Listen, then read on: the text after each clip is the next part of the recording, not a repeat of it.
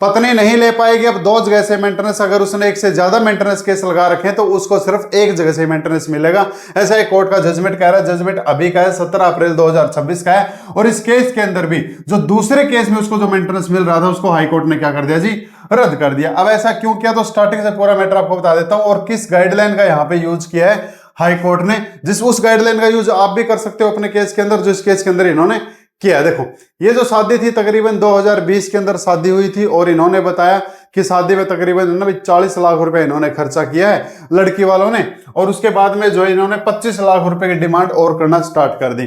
और कब कर दी, शादी के एक हफ्ता के भीतर ही। तो भाई एक सप्ताह के भीतर याचिकाकर्ता पति और उसके परिवार के सदस्यों ने 25 लाख रुपए अतिरिक्त राशि की मांग की, उसके नाम पर खड़ी संपत्तियों के ट्रांसफर की मांग की और बेंगलुरु में एक भूखंड खरीदने पर जोड़ दिया गया। यानी कि लड़की पक्ष का कहना है कि भाई हमने शादी में तकरीबन 40 लाख रुपया लगाने के बाद भी है ना, इन लोगों की डिमांड कम नहीं हुई और शादी के एक हफ्ते के भीतर ही इन्होंने 25 लाख रुपए की और डिमांड कर दी। क्यों, ताकि हम प्रॉपर्टी खरीद सकें और जो लड़की के नाम पे ऑलरेडी प्रॉपर्टी थी वो किसके नाम पे ट्रांसफर की जाए, लड़के के नाम पे ट्रांसफर की जाए। यहां से क्या हो गया, उनके बीच में फिर गृह कलेश भी स्टार्ट हो गया। उसके बाद में जो है प्रतिवादी पत्नी ने आरोप लगाया कि उक्त मांग को पूरा करने में विफल रहने पर उसके साथ में शारीरिक और मानसिक क्या की गई, क्रूरता की गई, जिसके तहत में फिर उसने क्या करवा दिया भाई, ये दहेज के केस दर्ज करवा दिए 498 है और 506 और 34 लगवा दिया और दहेज डोवरी एक्ट का सेक्शन 3 और 4 के तहत में मुकदमा दर्ज करवा दिया। इसके विपरीत याचिकाकर्ता पति का मामला है कि प्रतिवादी पत्नी ने स्वेच्छा से, भाई उसका कहना है कि वो अपने 2021 के अंदर है ना, उसने अपनी मर्जी से मेरा घर छोड़ा है, हमने उसके साथ में कोई मार पिटाई वगैरह कुछ नहीं की है और झूठी कार्रवाई उसने शुरू कर दी है। याचिकाकर्ता पति ने फिर क्या किया, डिवोर्स की पिटीशन लगा दी। भाई अगर एक तो तुमने अपनी मर्जी से घर छोड़ दिया, ऊपर से तुमने हमारे परिवार के ऊपर झूठे केस लगा दिए, तो उसने क्या लगा दिया, डिवोर्स का केस लगा दिया। उक्त कार्रवाई के चलते ही जैसे डिवोर्स पिटीशन लग गई तो पत्नी ने क्या कर दिया, सेक्शन 24 के तहत में फिर मेंटेनेंस के लिए आवेदन लगा दिया कि मेरे को हर महीने 50,000 रुपए का अंतरिम भरण पोषण दिलवाया जाए और 50,000 रुपए मुझको मुकदमेबाजी के खर्च के लिए भी पैसे दिलवाए जाए। यानी कि वकील के जो भी केस के जो खर्चे होते हैं उसके और मेंटेनेंस के तकरीबन 1 लाख रुपया मेरे को दिलवाया जाए। विस्तृत आपत्तियां दायर की। अब पति ने उसकी आपत्तियां दायर की और बताया कि मेरी वाइफ जो है वो बीए सनातन है, यानी कि उसने ग्रेजुएशन कर रखा है और गैस एजेंसी चलाने में और पर्याप्त आय अर्जित करने में सहित व्यवसायिक गतिविधियों में लगी हुई है। भाई वो खुद का अपना कमा के खा सकती है, उसको मेंटेनेंस की जरूरत नहीं है। और उसने विभाजन की कार्रवाई और किराए के आय के लंबित होने सहित भौतिक तथ्यों को छिपा दिया है। यानी कि उसकी अपने आय भी उसने छिपाई है और किराए से जो उसको इनकम मिलती है वो भी उसने छुपाया है कोर्ट के सामने से।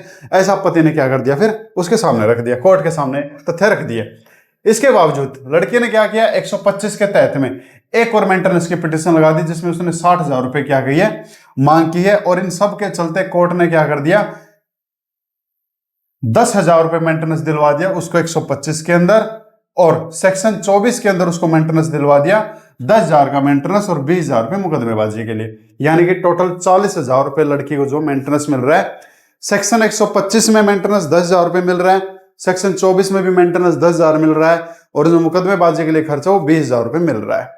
अब लड़के वालों का कहना है कि एक लड़की जो है वो दो जगह से मेंटेनेंस नहीं ले सकती है, पत्नी दो जगह से मेंटेनेंस नहीं ले सकती। अगर उसको एक जगह से मेंटेनेंस मिल रहा है तो फिर उसका गुजारा हो रहा है, जब उसका गुजारा हो रहा है तो फिर दूसरी जगह से मेंटेनेंस क्यों? क्योंकि ये जो मेंटेनेंस केस होता है ना, ये सिर्फ गुजारा भत्ता ही तो है और ये मेंटेनेंस उसी को मिलेगा भाई जिसका गुजारा भत्ता वो खुद नहीं कर पा रही है। तो अगर उसका गुजारा भत्ता जब एक मेंटेनेंस से हो रहा है तो फिर दूसरा मेंटेनेंस क्यों लिया जा रहा है? ये लड़के वालों का मेन यहाँ पे क्या है, मेन क्वेश्चन राइज ये हुआ है। अगर आपके साथ में भी कुछ ऐसा ही है, भाई आपके केस में आपको भी ऐसा लग रहा है कि भाई जब वो खुद कमाने में समर्थ है, खुद कमा रही है और अगर उसने खुद की इनकम अगर छुपा रखी है तो आप उसकी इनकम कोर्ट में रख सकते हो और उसके बाद भी अगर बात नहीं बनी तो आप 340 की एप्लीकेशन लगा लो, CRPC 340 की।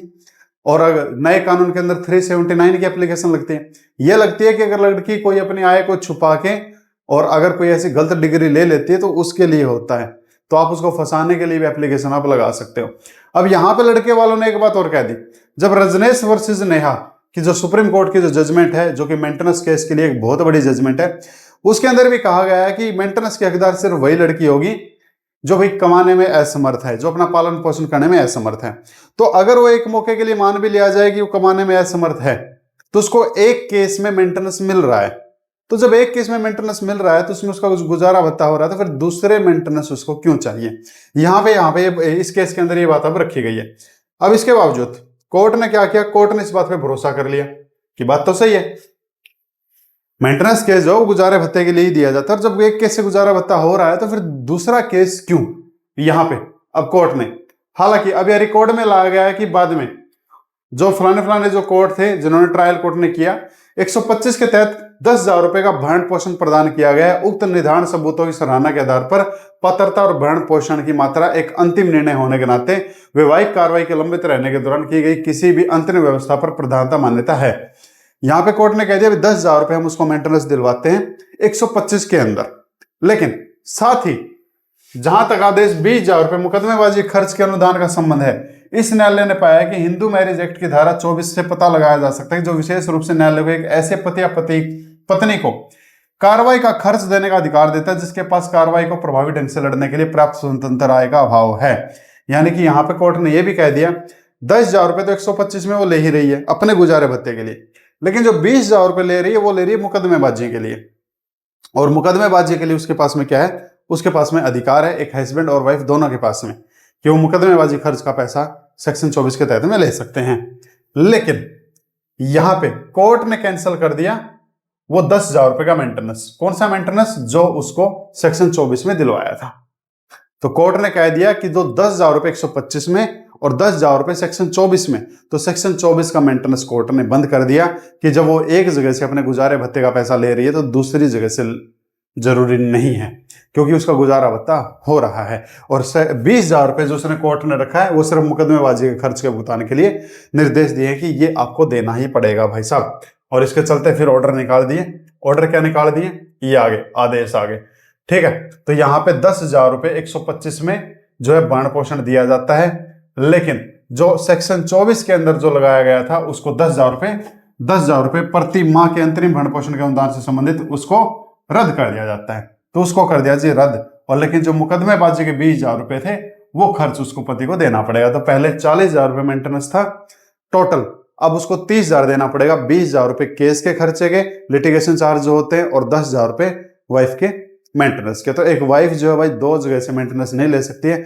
अब ये गाइडलाइन कहाँ है? तो ये नेहा वर्सेज रजनीश या रजनीश वर्सेज नेहा जो सुप्रीम कोर्ट का जजमेंट है ना, अगर आपके केस में कुछ ऐसा है तो आप भी उस जजमेंट का हवाला देके अपने केस में अपना मेंटेनेंस कम करवा सकते हो या फिर बंद करवा सकते हो। ये जानकारी अच्छी लगी आप इसको लाइक कर लें, शेयर कर लें, सब्सक्राइब कर लें। मैं आपको केस दिखा देता हूँ, केस कौन सा है।